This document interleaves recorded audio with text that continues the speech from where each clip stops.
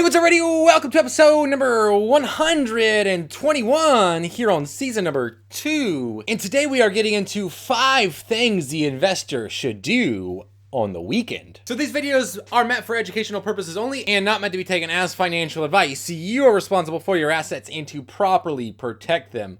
So always do your own research. And can we just take a moment to have a moment of silence for the glorious R2D condenser microphone?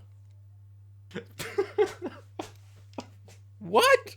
So these are the 5 things that I strive and try to do over the weekend. First of all, review all your accounts. So typically what I like to do on the weekend is go through each and every one of my accounts. I mean, look through it, but not like comb through it, with like a fine tooth comb. And then I guess if something like grabs my attention, then I'll look into that specific part a little bit more in depth. For instance, like right now I hold Snapchat. Come on, coach. Why Snapchat? All right, so the reason why I actually own Snapchat is I bought it over the earnings call, and it was a earnings call gone. It went bad. It went south. So I've been possibly looking at holding that each week, maybe until the next earnings call or until I get profit. Next, I'll look at each one of my percents based upon each account. So for instance, like on Stash, I have target percents, and on Robinhood, I have target percents, and M1, I have target percents, and Acorns, I have target percents. I mean, there are a lot of accounts that will like run themselves, for instance, like Acorns or M1. But say like something's way off on Stash or Robinhood, I'll look to see if like a target's like way off, and then kind of figure out a plan for either buying more, or for instance, if one's like really, really far up, then I'll either figure out a way on how to bring that back down, or if I'll just keep it at that level while bringing up the other ones to rebalance that back out. Third, I kind of like to think about some stocks that I would look at during the week. And this could be however you want to figure out some stocks to look at during the week. Whether that be like walking into a store or 2 or 3. But I think the most important thing is to spend the time with the family on the weekend and then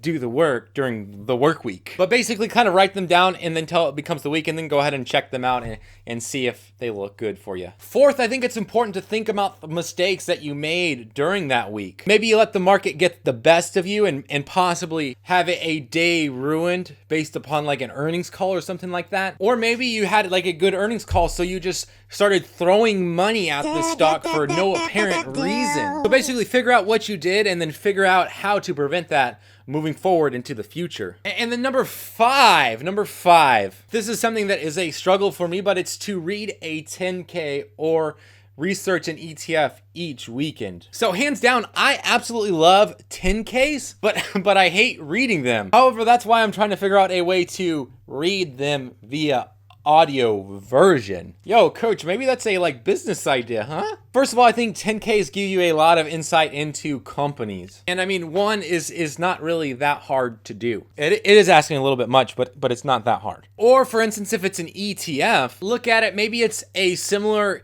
ETF to what you already hold with a lower expense ratio. Maybe it has a better dividend payout with a potential to grow more. Or also maybe this ETF is a less risky ETF than what you currently hold, and that's something that you're looking for. But anyways, guys, we'll go ahead and leave it right there. Let's jump into the question of the day, which is, what's the weirdest thing that has happened to you while working at your job? Well, this is actually at my last job before, I quit, and then I started doing this thing on YouTube and then running my own business. But basically, a customer had came in probably about a week before, had rented out a truck from us and bought some boxes, like literally a ton of boxes. And I think his like aunt came to fund the account or buy the stuff and rent the truck and whatever, you have it. So on and so forth. A week later, he comes back and tries to return the boxes.